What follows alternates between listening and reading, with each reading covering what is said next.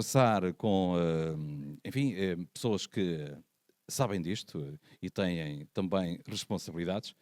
E esta nossa primeira convidada, que já vai saber quem é, efetivamente, vem falar aqui de um tema que está constantemente em cima da mesa. Portanto, estamos a falar de sustentabilidade, falamos também de crédito, porque é isto que a agricultura necessita. Portanto, muitos têm falado, mas não quero adiantar mais porque vou reservar para a minha convidada, a Filipa Saldanha. Bom dia, Muito bom dia. seja bem-vinda. Muito E obrigada. dizer que Filipa Saldanha é diretora do Gabinete de Sustentabilidade do Crédito Agrícola. Portanto, vamos conversar em volta deste tema e por aqui, portanto, desenvolvendo aqui alguns subtemas. E eu começaria por perguntar-lhe, enfim, qual é que é o papel da banca, portanto, e em particular do Crédito Agrícola, claro está, na transição da sustentabilidade ou transição sustentável do setor agrícola.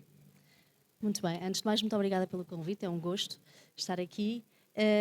Nós, no Crédito Agrícola, acreditamos que a banca tem um papel transformador na transição das empresas para a sustentabilidade, porque acabamos por ter um impacto sistémico na escolha dos agentes económicos.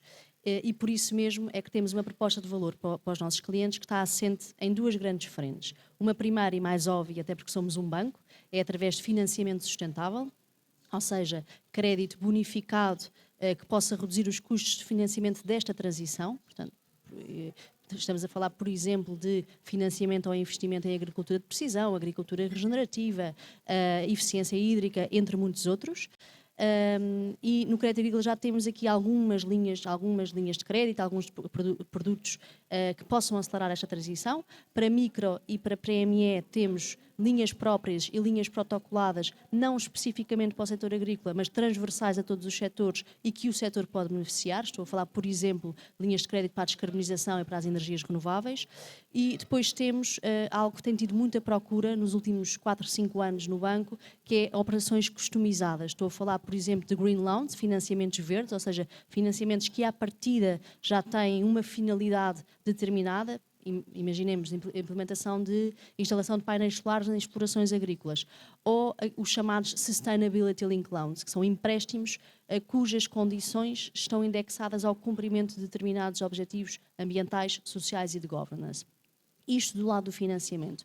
Mas nós desde muito cedo percebemos que o financiamento não é suficiente, sobretudo para micro e para PME, cujos custos de contexto muitas vezes são muito mais elevados do que os próprios custos de financiamento.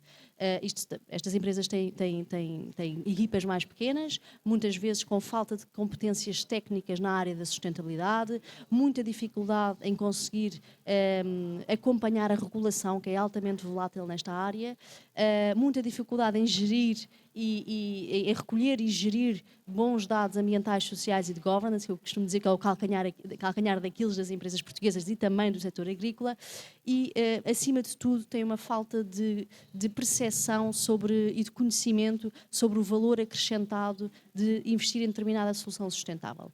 E por isso mesmo nós temos aqui uma segunda via, um segundo bloco de ação que passa precisamente por oferecer as condições não financeiras ao setor agrícola para que as empresas do setor possam fazer esta jornada ao ritmo que tem sido imposto, não tanto pela regulação nas mais pequenas, mas pela cadeia de valor, pelo mercado.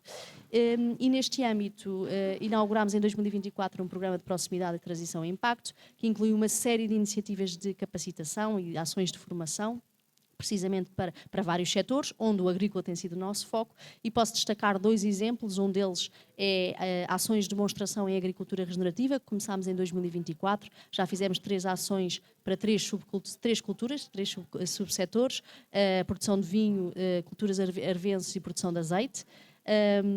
E tem sido um ótimo caminho, porque é uma maneira de nós conseguirmos demonstrar no terreno como é que os nossos clientes do setor agrícola podem fazer esta transição de forma prática, ou seja, não é teórico. Nós trazemos especialistas e agricultores mais avançados para o terreno que explicam a outros agricultores como é que podem fazer esta transição. E depois, mais recentemente, inauguramos em parceria com a Consulai um programa que se chama Agrotransição, que é mais abrangente, não se foca só na regenerativa, foca-se em várias temáticas, desde clima, solo, água, biodiversidade, o próprio eixo socioeconómico, que não se dirige só a clientes nossos, dirige-se a clientes e não clientes, e técnicos de organizações de produtores sobre como transitar e como implementar práticas mais adaptadas ao contexto atual das alterações climáticas, sempre com uma finalidade também financeira, ou seja, mais competitividade, mais resiliência e mais produtividade também.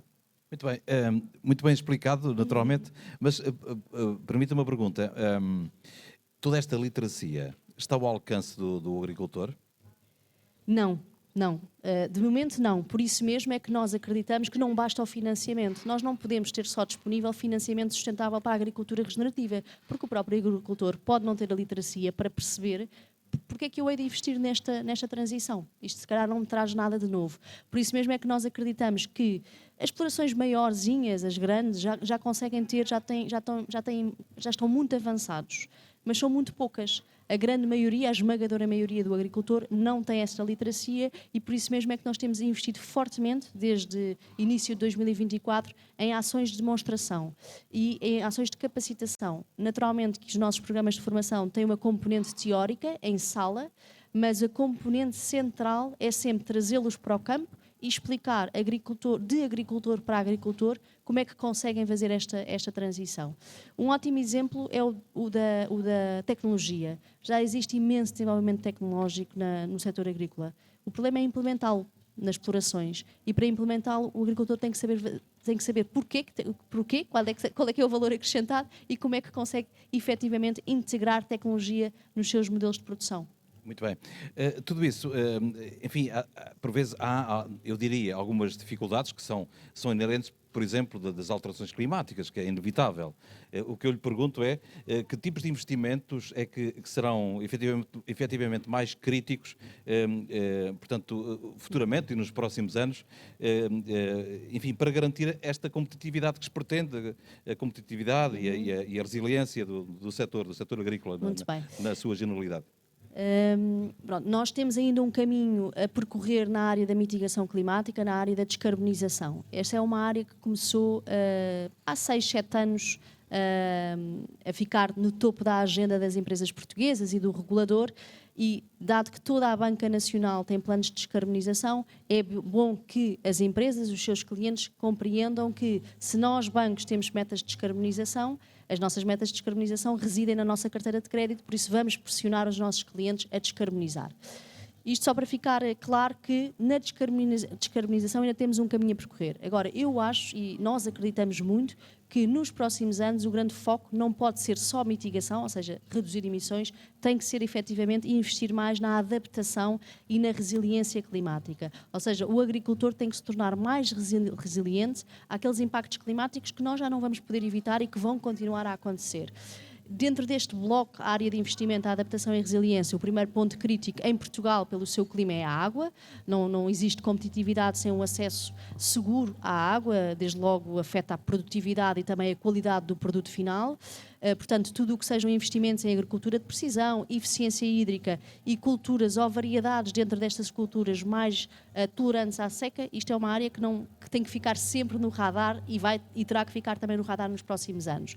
Ainda na esfera da adaptação, nós temos trabalhado muito nas questões do solo, saúde do solo e biodiversidade funcional, e aqui vamos cair no foco da agricultura regenerativa. É um tema que nós temos trabalhado no Crédito Agrícola desde o início de 2024 e há um longo caminho por percorrer ainda. Agora está muito em voga, não é? E está muito em voga e nós acreditamos muito que há drivers financeiros e económicos muito elevados na agricultura regenerativa.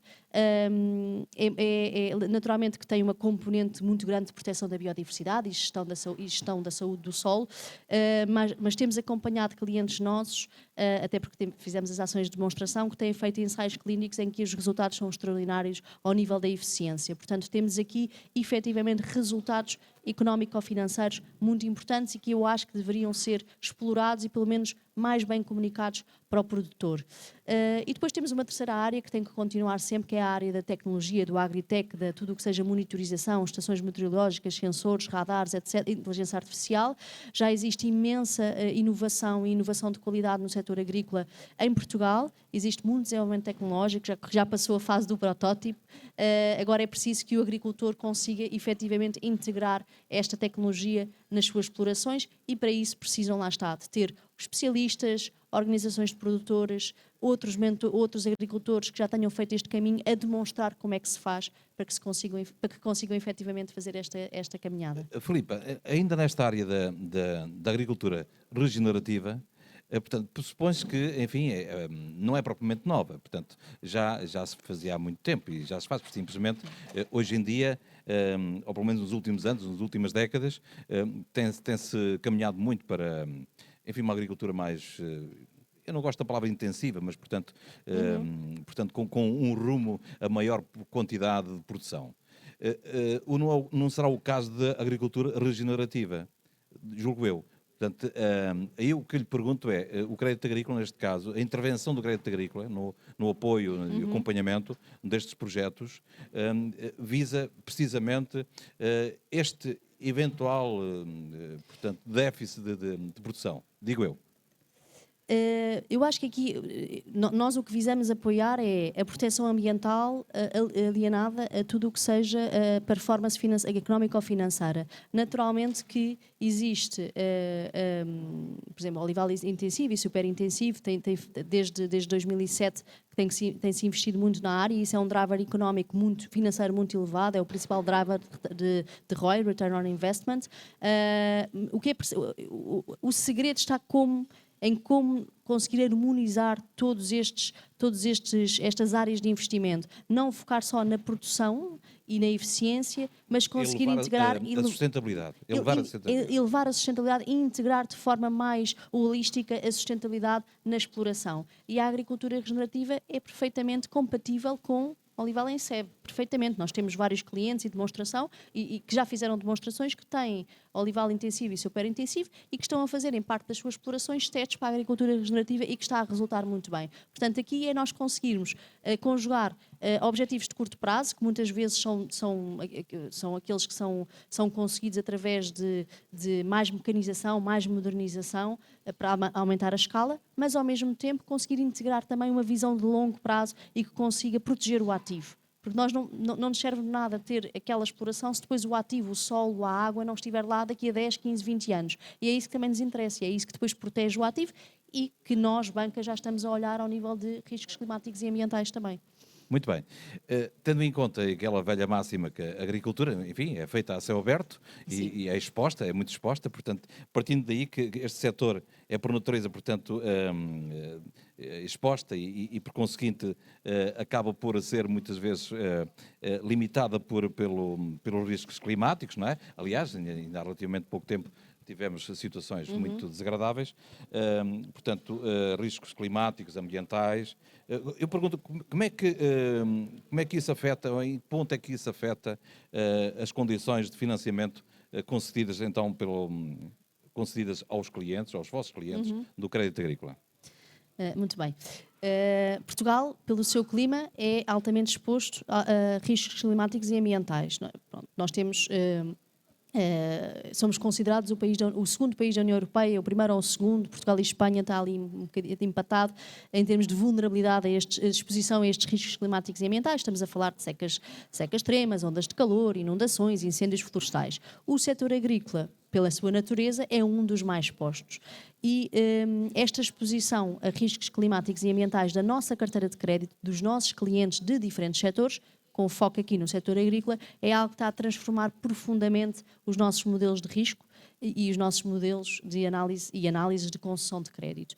Nós o que temos de momento, e já desde 2024, é uma caracterização muito grande, ou seja, muito abrangente da nossa carteira de crédito ao nível da exposição a riscos climáticos e ambientais. Isto é feito através de proxies, através de dados setoriais, inteligência artificial, a georreferenciação. Com base nisto, nós conseguimos efetivamente caracterizar em toda a nossa carteira quais são os setores e as empresas, dependendo da sua dimensão, que estão mais ou menos expostas a riscos climáticos e ambientais. Isto o que é que nos dá? Dá-nos um score.